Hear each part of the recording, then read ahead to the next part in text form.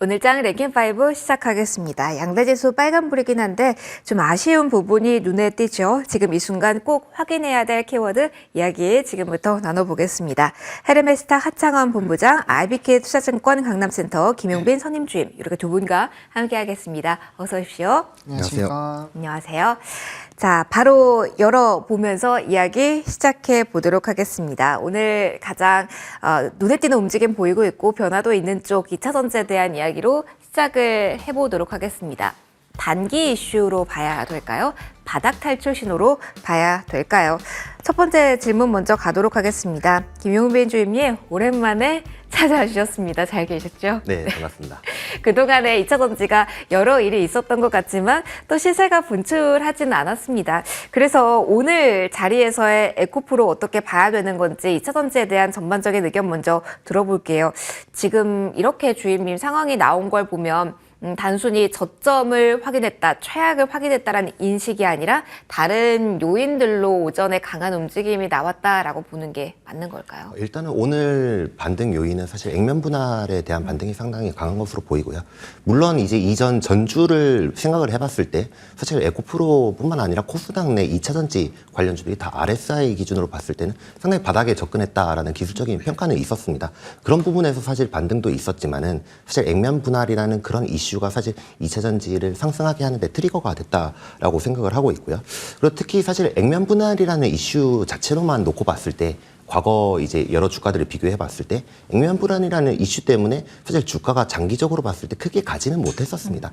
그래서 액면 분할이라는 것이 이것이 긍정적으로 봐도 되는 것이냐 이런 왈가왈부가 좀 있을 것 같은데 이 액면 분할에 대해서는 에코프로에 대해서는 조금 오히려 긍정적으로 봐도 괜찮다라고 생각을 하는 부분이 있거든요. 왜냐하면 에코프로 같은 경우에는 대부분의 상승이 개인 투자자 비중이 상당히 높은 종목이고 그런 부분에서 유동성이 좀 늘어난다는 것은 오히려 긍정적으로 좀 봐야 되지 않을까. 그래서 과거 이전에 있었던 액면 분할보다는 조금 더 긍정적으로 웨이트를 좀 주셔도 괜찮겠다라는 생각을 하고 있습니다. 그러면 에코프로 BM의 코스피 이전 상장도 비슷한 맥락으로 저희가 해석을 해볼 수 있을까요? 네, 그런 부분도 같이 생각을 해보셔도 될 것 같습니다. 그러면 궁금한 게 에코프로가 사실은 개인 투자자분들이 많이 보유하고 계신 종목 그리고 투자 심리를 좌우할 수 있는 부분이다 보니까 궁금합니다. 그러면은 단기적으로 에코프로 BM이 만들어내는 에코프로가 만들어내는 흐름이 다른 2차 전지에도 미치는 영향이 꽤 크다라고 생각하고 그에 대한 대비를 또 해야 될까요? 일단 에코프로 같은 경우에는 다들 아시다시피 2차 전지에 대한 대장주격으로 좀 불리기 때문에 그런 부분에서 하단 벤더들이라든지 그런 관련 2차 전지 업종들이 사실 상승폭이 계속 나와줄 수 있다라고 생각은 하고 있고요. 그리고 아까 말씀드렸지만 지난주부터 그 RSI 기준으로 좀 바닥이 시그널이 좀 많이 포착이 됐었다라고 이렇게 얘기를 드렸었는데 네. 지금 장중에 현재 수준의 주가로만 봤을 때는 사실 그 바닥에 대한 부분에 대해서 다 딛고 올라오는 수준이기 때문에 지금 현재로서 이것이 앞으로 계속 상승할 수 있는 추월의 동력이다라고 말씀하기에는 오늘로서는 좀 그런 것 같고 사실 내일장이라든지 아니면 다음 주 연휴 이후에 장을 좀 흐름을 지켜봐야지 이 상승 랠리가 지속될 것인지 좀 알 수 있을 것 같습니다. 그러면은 당분간 코스닥에 많이 빠진 가격 메리트가 커진 종목이 시원하게 오르는 거를 기대하는 거는 너무 큰 기대가 될 수도 있겠네요. 아니요, 저는 아직도 그 2차 전지 내에서는 사실 시원하게 좀 올라줬습니다만 지금 반도체 관련 종목이라든지 그런 2차 코스닥 내에 그런 몇몇 개 업종들이 아직도 좀 바닥을 기고 있는 형태가 나타나기 때문에 사실 뉴스와 좀 같이 동반된다면 이런 식의 시세는 한 번쯤은 가능하겠다 이렇게 생각을 하고 있습니다. 다만 그 추세가 이어지는지는 다음 주 연휴 이후까지 봐야 된다라는 조언 주셨습니다. 2차 전지에 대해서 하창원 본부장님과도 이야기해보도록 할게요. 본부장님, 저희 월요일부터 쭉 2차 전지에 대한 패턴을 지금까지 끌고 왔거든요. 네. 어떻게 오늘 하루 동안만 놓고 봤을 때 보시는지 궁금해요. 오늘 실린 거래 대금의 의미 부여가 가능한지 아니면 오후 들어서 2차 전지에서 빠르게 들어온 자금이 빠져나갔다라는 관점으로 이제 시작해서 전략 고민을 해야 되는 자리일까요?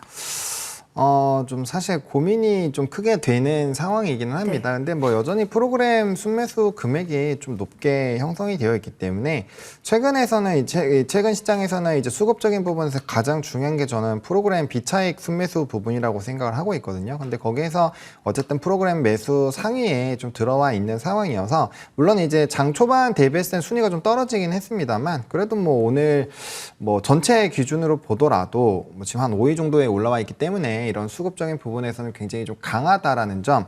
사실 좀 이제 주가가 위에 올라온 상태에서 유지가 됐다라고 한다면 보다 좀 강력한 더 시그널이 될 수 있겠는데 오늘 벌써 또 조정이 좀 일부 나오고 있는 상황이죠. 윗꼬리가 좀 달려 있는 상황이어서 이게 이제 어느 정도 만약에 바닥이라는 거를 확인하기 위해서는 결과적으로 추세적으로 좀 턴을 하는 거를 지켜봐야 되잖아요. 근데 단 하루 한 거래일에서의 좀 이런 장대 양봉으로 무조건 바뀌었다라고 보기에는 아직까지 업황의 상황이 그렇게 좀 녹록지는 않다. 다만 이번에 이런 액면 분할로 어쨌든 앞서서 말씀해 주신 것처럼 이제 조금 더 접근도가 높아진다라는 점, 그리고 프로비엠의 이전 상장이 된다라고 한다면 최근에 뭐 DX가 움직이면서 이런 패시브 수급이 들어왔었던 그런 전반적인 흐름을 본다라고 한다면 뭐 추가적인 포인트들은 충분히 나올 수 있을 것 같아요. 그래서 만약에 지금 좀 접근을 해보려고 고민을 하시고 계신 분들이 있다면 뭐 오전장에 바로 들어가셨다면은 아직까지 좀 룸이 있으니까 좀 더 지켜보실 수 있겠지만 그런 분들이 아니라 이제 다시 좀 신규로 좀 접근해볼까라고 생각하시는 분들은 뭐 위치 에너지가 조금 더 높아지더라도 조금은 경과를 좀 지켜보면서 이게 바닥을 정확하게 다지는 게 맞는지 체크를 좀 해보시는 게 좀 좋지 않을까라고 생각을 하고 있고요. 뭐 수급적인 부분에서는 그래도 조금 견조하게 지금 유지가 되고 있다라는 점, 그리고 최근에 한 1월달 중순쯤에 좀 외국인 기관이 좀 순매수를 강력하게 해줬었다라는 점을 봤을 때 이 물량이 해당 가격대까지 지금 뚫고 올라온 상황이거든요. 그래서 연속성이 어느 정도 나오는지 이런 것들은 좀 체크를 해볼 필요는 있겠다라고 보시면 좋을 것 같습니다. 그러면은 많이 빠졌던 종목군에 대해서는 기술적 대응으로도 지금 대응이 되는지도 궁금하고요. 사실 어제까지만 하더라도 엔캠, 동아기업 이렇게 전해질 쪽에서 정말 추세 단단하게 가지고 갔던 종목들도 있잖아요. 오늘 장에 이 종목군이 조정을 살짝 보이는 거는 크게 우려하지 않아도 되는지도 궁금해요.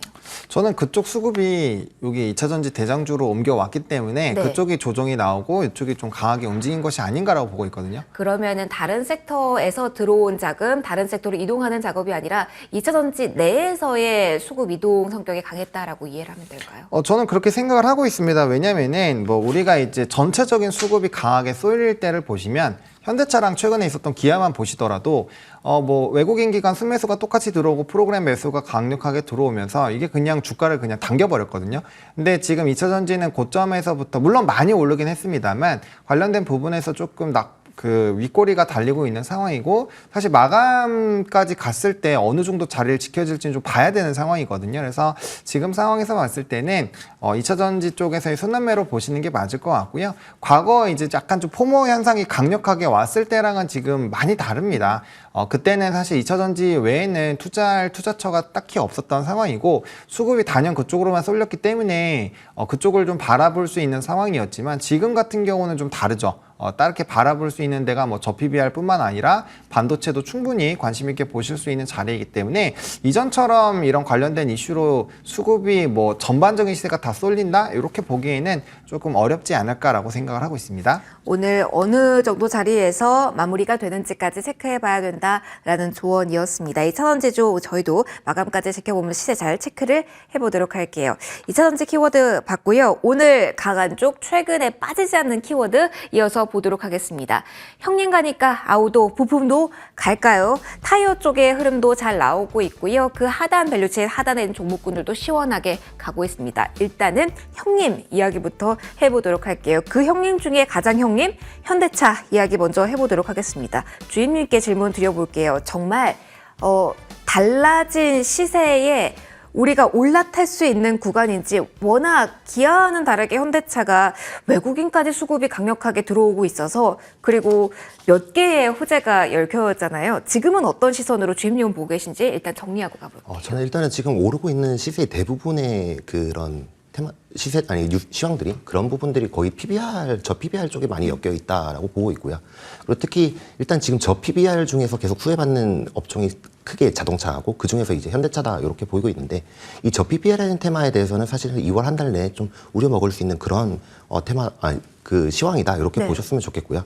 왜냐하면 이 지금 저 PBR에 대한 밸류업 프로그램이 상당히 좀 계속적으로 공개가 되고 있죠. 뭐 어제도 일부가 공개가 됐었고, 이런 부분이 아직도 구체화되지 않은 점이 상당히 많이 남아 있고, 그리고 4월 총선까지 그런 부분을 생각을 해봤을 때 충분히 앞으로도 이 저 PBR에 대해서 뉴스가 계속적으로 나올 수 있다. 그리고 앞서서 말씀드렸던 그 뭐 인도 쪽의 IPO라든지 그런 이슈들이 같이 엮이게 되면서 현대차에 대한 좀 시세가 나오고 있는데 일단 개인적으로 좀 현대차에 대해서 좀 말씀을 드리자면은 사실 현대차 본주보다는 우선주 쪽에 한번 집중을 둘 기회도 좀 있지 않을까라고 생각을 하고 있습니다. 그러면 본주가 이미 달려갔고 우선주는 기회가 남아 있다로 저희 정리하면 일부 될까요? 남아 있다고 생각하는 게 지금 사실 저 PBR이라는 것은 주주 환원에 대한 부분이잖아요. 네. 근데 이런 주주 환원에 대한 부분이 사실 저는 우선주 쪽으로 좀 먼저 해결이 돼야지 본주에도 좀 주주 환원이 원활하게 되지 않을까 이렇게 생각을 하고 있기 때문에 그런 쪽으로 한번 접근을 해보셔도 괜찮을 것 같다 이렇게 보고 있습니다. 그러면은 이것도 궁금합니다. 아무래도 변수가 많은 요즘 장이다 보니까 보유자분들은 많이 고민을 하실 것 같거든요. 신규로 본다면 우선주 쪽을 보자라는 조언을 일단 저희가 받았고 그러면 본주를 어떻게 대응을 해야 될까요? 세부안이 아직 나오지 않았기 때문에 기간은 있지만 그 안에 잡음이 낄 수 있는 상황이라 보유자분들 오래 기다리셨던 분들은 연휴 전에 무언가의 액션이 필요한지에 대한 고민도 분명하실 것 같은데요. 일단은 2월 말까지는 저 PBR에 대한 테마라면은 사실 무조건 투자를 계속 지향을 해야 되는 건 맞다라고 생각을 하고 있고요. 그리고 지금 현대차에 대해서 이렇게 의견을 말씀을 해주셨는데 지금 현대차 같은 경우는 지금 현금 여력이 한 16조 원 정도 보유를 하고 있는 것으로 나타납니다. 그리고 올해 초에나 작년 말쯤에 이제 공시를 했던 부분에 의하면 투자가 예전 금액이 한 12조 원 정도예요. 그러면 결국에 남은 순현금에 대해서 주주 환원을 쓸 수 있는 정책은 4조밖에 되지 않는다. 네. 그렇게 봤을 때는 사실 저 PBR이라든지 기업 밸류업 프로그램에 대해서 제대로 된 환원이 좀 될 수 있을까 그런 부분에 대해서는 저는 사실 좀 의문이 있거든요. 그렇기 때문에 이번 저 PBR에 대한 그런 이슈로서 좀 2월 말까지 플레이를 하되 사실 지금의 자동차 업황이라든지 그런 그 주주 환원 정책 여력이라든지 그런 부분으로 봤을 때는 사실 좀 이제 매도를 한번 고려를 해봐주셔도 되지 않을까 하는 시기라고 생각합니다. 저 PBR이라는 키워드에 조금 더 집중해야 된다라는 조언 주셨습니다. 마침 저희가 다음 키워드로 준비가 되어 있으니까요. 추가적으로 어느 쪽에 지금 가장 매력이 있는지는 잠시 후에 질문 이어가 보도록 하겠습니다. 그리고 하차원 본부장님의 자동차 쪽의 의견도 확인해 보도록 하겠습니다. 현대차, 기아 위주로만 보다가 최근 흐름을 본다면 부품주 단에서의 흐름도 많이 나오고 있는데 자동차 관련해서 인도 상장 여기에 대한 키워드도 지금 더욱더 주목받을 수 있을까요? 아니면 여전히 포커스는 큰 손들의 수급 여기에 따른 주주 환원에 맞춰야 될까요? 인도 당연히 반영이 되고 있죠. 네. 현대차 본주에도 마찬가지로 기아도? 네, 네. 그렇죠. 네. 반영이 안 될 수가 없죠. 그 이슈는. 네. 그래서 긍정적으로 좀 반영이 되고 있다라고 보고 있고요. 사실 이렇게 수급이 쏠릴 수 있는 요인 자체가 본주 자체가 뭐 사실 실적 뭐 PBR 볼 필요도 없습니다. 그냥 실적만 놓고 보더라도 사실 이 실적이 이 총이면 말이 안 되죠. 이전부터 좀 많이 강조드렸던 맞아요. 부분이긴 한데 저는 사실 지금도 싸다라고 생각을 하거든요. 근데 이제 뭐 여러 가지 피크아웃 얘기가 계속 나오다 보니까 뭐 그런 부분에서 좀 많이 눌림 현상들이 나타나지 않았나라고 보고 있고요. 우리나라 시장에서도 뭐 저 PBR로 지금 이런 밸류업 프로그램만 너무 얘기를 하고 있는데 사실 좀 대형 시장일수록 기업의 펀더가 굉장히 좀 잘 반영이 됩니다. 뭐 미국 주식 같은 경우만 보시더라도 실적이 좋으면 주가 뭐 20% 30% 쭉쭉 올라가잖아요. 그런 시장이 결국엔 만들어져야 우리나라에서도 뭐 여러 가지 지금 굉장히 실적이 잘 나오는데 눌려있는 기업들이 또 올라가는 데는 좀 도움이 되지 않을까라고 보고 있고요. 그래서 이제 이 PBR 쪽으로만 보는 그런 시각이 많은 이유도 결국에는 자동차만큼 실적이 잘 나오면서 현금 유동성이 있는 기업이 지금 우리나라 상장사 중에서 과연 얼마나 있을까? 뭐 거의 없다고 봐야 되거든요. 그렇기 때문에 그런 부분이 좀 부각이 되고 있다라고 보시면 좋을 것 같고요. 그다음에 지금 자동차 쪽은 뭐 긍정적인 얘기도 많지만 사실 좀 부정적인 얘기도 있어요. 네. 계속 뭐 재작년부터 나왔던 피크아웃 우려도 있고요. 그다음에 이제 또 단기적으로 주가가 많이 올랐을 때 물론 전 추가적인 상승 여력은 여전히 있다라고 생각을 하고 있지만 단기적으로 급하게 올라왔을 때는 일부 수익 실현을 꼭 확정을 지으면서 사실 쫓아가는 게 좀 중요하다라는 생각을 하고 있고요. 그다음에 이제 자동차 쪽이 이렇게 좋을 때 아직까지 부품주들이 그렇게 크게 움직이지 못했어요. 뭐 그냥 그나마 좀 움직인 게 서현이와 같은 종목 서현그룹 자체가 실적이 잘 나왔기 때문에 거기에 따른 좀 추정이 나오고 있는 상황인데 뭐 추가적으로 좀 실적이 좋고 PBR이 낮은 그런 부품주 단은 충분히 좀 관심을 가질 필요도 있고요. 뭐 타이어 같은 경우도 지금 연속성이 굉장히 강합니다. 뭐 넥센 타이어도 그렇고요. 최근에 수급 보시면 외국인의 순매수가 굉장히 강하게 들어오고 있고 또 전반적으로 뭐 이런 지분이나 이런 이슈가 수가 없는 기업들 같은 경우는 우상향이 나타나고 있는 상황이거든요. 그러니까 자동차가 나가려면은 결국엔 여러 가지 부품도 필요하고 타이어도 필요하기 때문에 관련된 좀 기대감이 여전히 있다라고 보시고 접근 대응을 해보시면 좋을 것 같고요. 결국엔 이제 자동차가 무너지면 다음 아마 키워드가 PBR일 텐데 그쪽도 쉽지 않을 확률이 높다라고 보시면 좋을 것 같습니다. 그러면 자동차를 지금 신규로 보시는 분들 같은 경우는 어쩔 때는 시장에서 위가 없는 쪽이 더 시원하게 오르기도 하고 어떨 때는 상대적으로 소외된 쪽이 잘 가기도 하잖아요. 자동차 섹터에 한정했을 땐 지금 어떤 분위기인가요?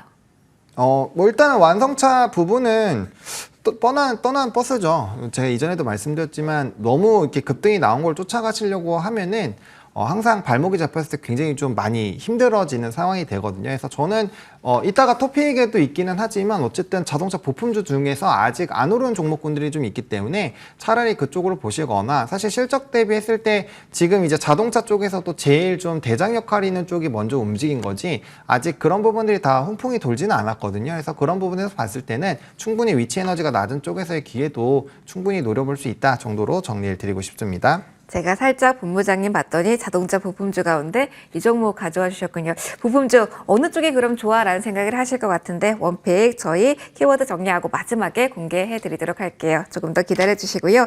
3위 이야기 먼저 하고 넘어갈게요. 저PBR 계속된 시장에 중심된 키워드로 남아 있습니다. 다시 한번 날아오를까? 사실 계속 안정된 시세를 가져온 쪽이 많습니다. 하창한 본부장님과 이야기 계속 좀 이어가 보도록 할게요. 그러면 보유자분 기준으로 만약에 지주사 쪽, 그러니까 저PBR 성격이 굉장히 짙은 쪽을 보유하고 계시다고 한다면 자동차가 꺾이지 않는지 시세가 유지되는지를 보고 대응책을 세워도 괜찮다라고 아까 답변에서 제가 생각을 해서 이해해도 괜찮은 걸까요? 네, 일단은 그렇게 기준점을 잡을 필요는 있죠. 왜냐하면 앞서 말씀드린 것처럼 뭐 지주회사나 뭐 금융회사, 뭐 자동차, 뭐 이런 회사들이 뭐 전반적으로 저 PBR 쪽으로도 많이 엮이고 그리고 이제 대장 역할을 해주고 있는데 자동차가 단연 대장이죠. 앞서 말씀드렸던 것처럼 결국에는 주주 환원 정책으로 넘어가기 위해서는 이익 잉여 현금 흐름이 중요한데 뭐 일단 실적이 잘 나와야 현금이 돌아다닐 수가 있다라는 거죠. 그래서 그런 부분에서 자동차가 매력도가 굉장히 좀 높다라고 보시면 좋을 것 같고요. 지금 이제 2월 말에 정부 정책이 있기 때문에 당연히 거기까지는 좀 대장주들은 보실 필요는 있는데 문제는 이제 그냥 단순히 PBR이 낮다라는 관점으로 접근을 하시게 됐을 때는 기대만큼 주가가 안 오를 확률이 높거든요. 왜냐하면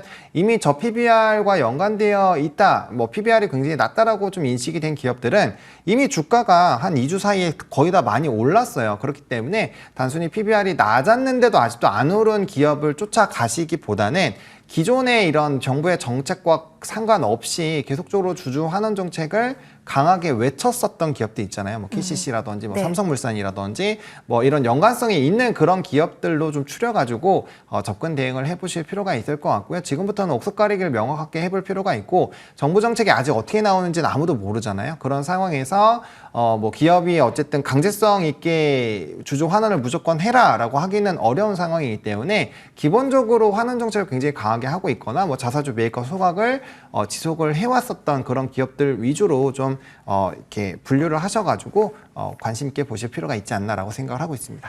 그럼 문득 생각난 게 이후까지 그 연속성이 이어지기 위해서는 본부장이 결국은 강제성을 봐야 될 것 같은데 그러면 이건 어떻습니까? 대형 저 PBR 관련주 가운데 정부의 규제 리스크가 강한 쪽 이쪽을 지금 해보는 건 어떻다라고 생각하시는지 통신 같은 거 생각보다 많이 안 가는데 규제 리스크에 있다라는 생각도 하실 것 같아서요. 금융은 이미 한번 갔다라는 관점으로. 그렇죠. 근데 뭐 통신보다는 뭐 제가 봤을 땐 아마 거기에 더 영향을 받는 거는 이제 금융 쪽이지 않을까 싶습니다. 은행이나 이런 쪽일 것 같은데 사실 그건 양날의 검이라서 뭐 그 부분을 활용하시기에는 미리 선제적으로 대응을 하시기보다는 뉴스를 확인하시고 조금 단기적인 관점으로 대응을 하시는 게 더 낫다라고 보고 있고요. 저는 그냥 뭐 그런 관점보다는 앞서 말씀드린 것처럼 애초에 환원 정책을 굉장히 강하게 했었던 아까 삼성물산을 말씀드린 이유도 5년 동안 자사주 전량 소각이잖아요.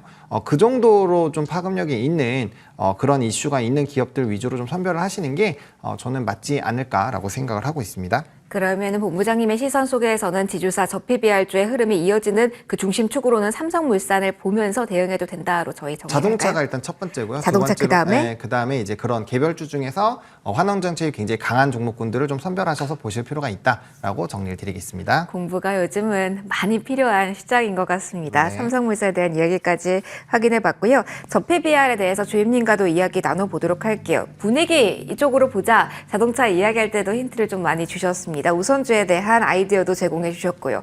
그러면 좀 넓게 드릴게요. 저 PBR에 대한 투자 매력도가 지금 자리에도 있습니까? 어디까지 보면서 어느 포인트로 공략 지금도 가능하다 일단은 보세요? 기간적으로 좀 생각을 하고 있는 부분인데 앞서 말씀드렸지만 한 2월 말까지는 좀 보셔야 되지 않을까라고 일단은 생각을 하고 있고요. 일단은 여기를 좀 뒷받침해주는 수급적인 부분에서 좀 많이 볼 필요가 있다라고 생각을 하는데 특히 지난주 같은 경우에는 저 PBR에 대한 그런 이슈가 불어오게 되면서 국내에 거의 사상 최대의 순매수, 외국인의 순매수 이런 유입이 있었고요. 그리고 특히 오늘장에서도 좀 저 PBR이 특히 좀 눈에 띄고 있는데 현재 시점까지 외국인이 한 1.4조 원대 가량 매수를 좀 하고 있습니다. 현선물을 합해서. 근데 이런 부분에서의 수급이 상당히 좀 긴 수급으로 좀 보여질 것 같다라는 부분이고요. 지금 수급적인 측면을 봤을 때는 특히 아시아 증시나 신흥국 증시랑 비교를 해봤을 때도 그 자금들이 국내로 좀 들어오고 있다라는 부분에 좀 연두를 해줘야 될 것 같습니다. 그리고 이 PBR주는 사실 처음에 저도 봤을 때 이거 테마성 아니야? 라는 생각을 하셨고 보시더라고요. 지금도 그렇게 생각하시는 분들이 좀 있을 거라고 생각을 해요. 근데 하지만 실질적으로 봤을 때는 이것은 테마성이라고 볼 수도 있겠지만은 결국엔 정책 수혜주라는 점에 좀 초점을 많이 두셔야 될 것 같고요. 그래서 특히 일본 같은 경우에 좀 비교를 해봤을 때 일본 같은 경우에도 저 PBR이라는 그런 기업 밸류업 프로그램에서 좀 꽤나 장기적으로 갔다는 점.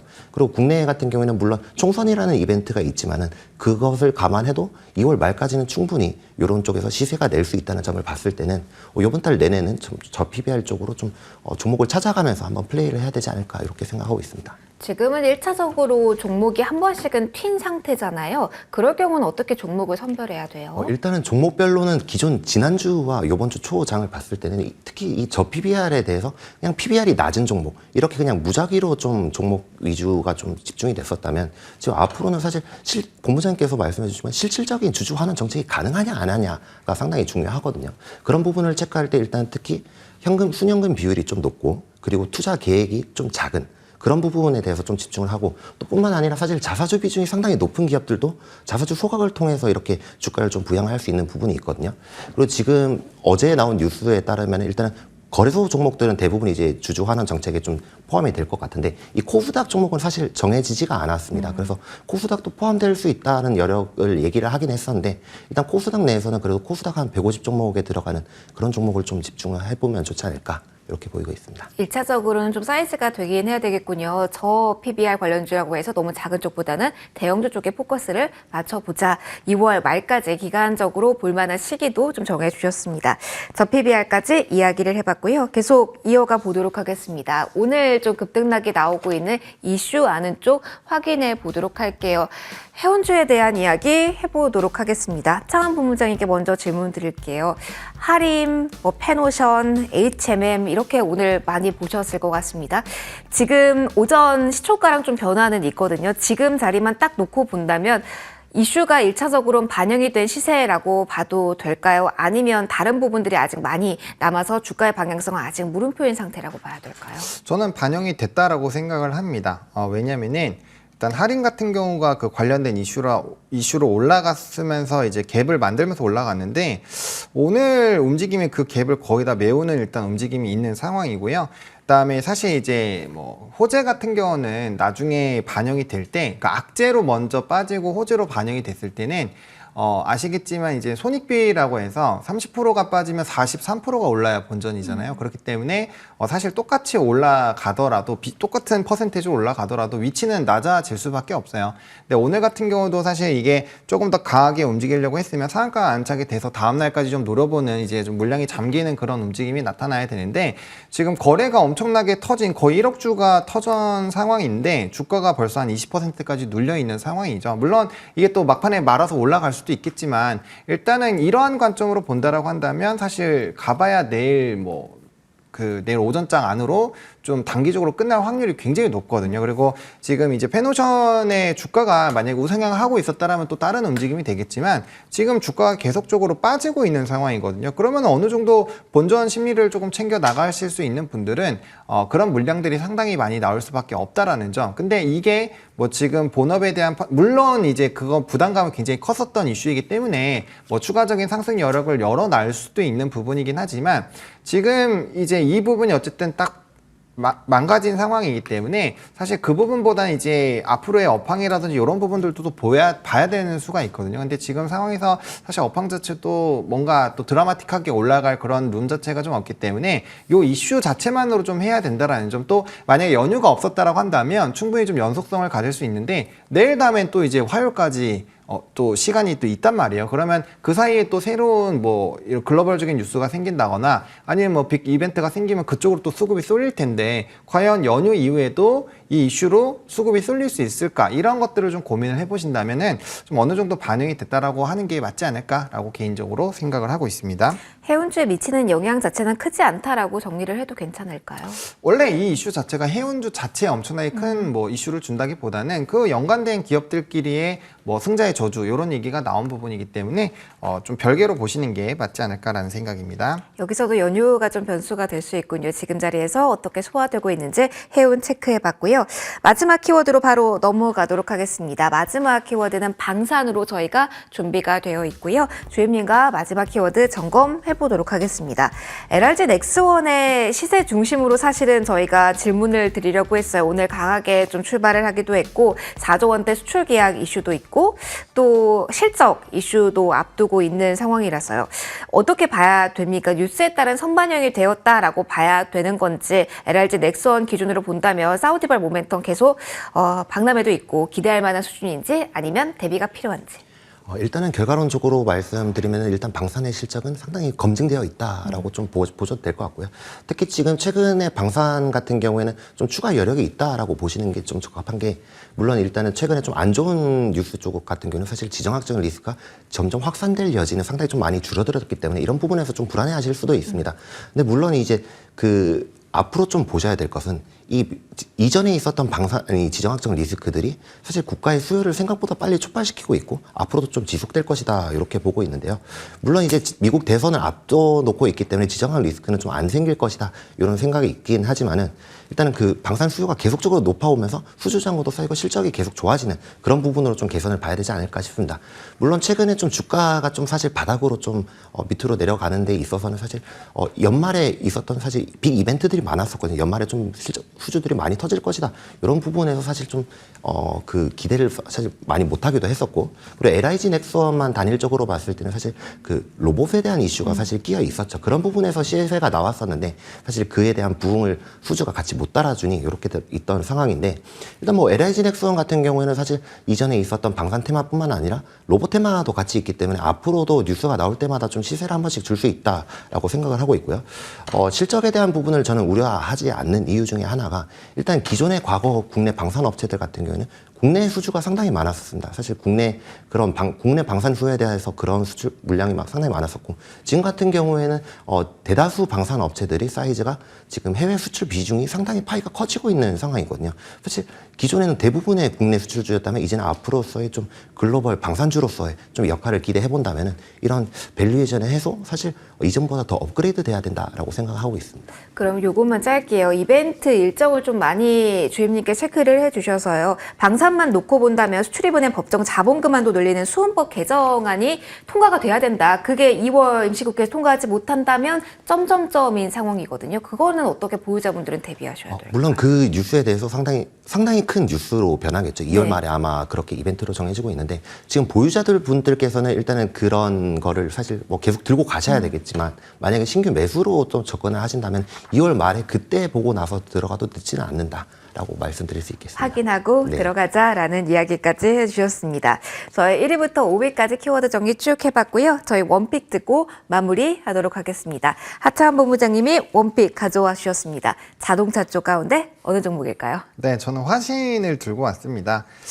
사실 뭐 물론 아예 최바닥권에서 안 올랐다고 보기는 어렵지만 그래도 이제 완성차가 원래 좀 쏘아 올라줄 때 자동차 부품주들 뭐 대표적으로 화신이나 서현이나 SL 같은 경우는 굉장히 좀 주가가 많이 올라가는 좀 성향이 있거든요. 그리고 이 기업들 같은 경우도 PER과 PBR이 상당히 낮은 기업들입니다. 그래서 실적 베이스 그리고 PBR 베이스로도 충분히 좀 주목을 받을 수 있는 회사다라고 보시면 좋을 것 같고요.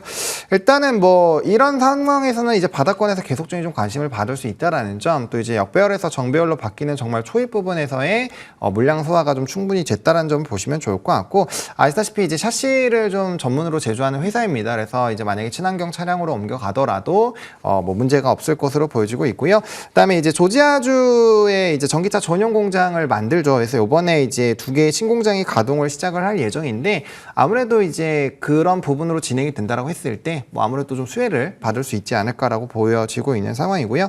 완성차 판매 대수가 계속적으로 잘 늘어나고 있죠. 물론 피크아웃 얘기는 계속적으로 나오고 있지만 전 그래도 어느 정도 물량은 계속적으로 유지가 되지 않을까라고 보고 있고요. 그런 관점에서 본다면 실적에 대한 기조는 상당히 좀 유지가 될 수 있겠죠. 그래서 좀 좋은 PR이 유지가 될 수 있기 때문에 기대감이 높을 수 있고, 또 고가 라인이죠. 산타페나 소렌토, 카니발 이런 또 신차에 대한 기대감들이 상당히 있기 때문에 해당 부분을 본다라고 한다면 뭐 충분히 매력적으로 보실 수 있지 않을까 생각을 하고 있습니다.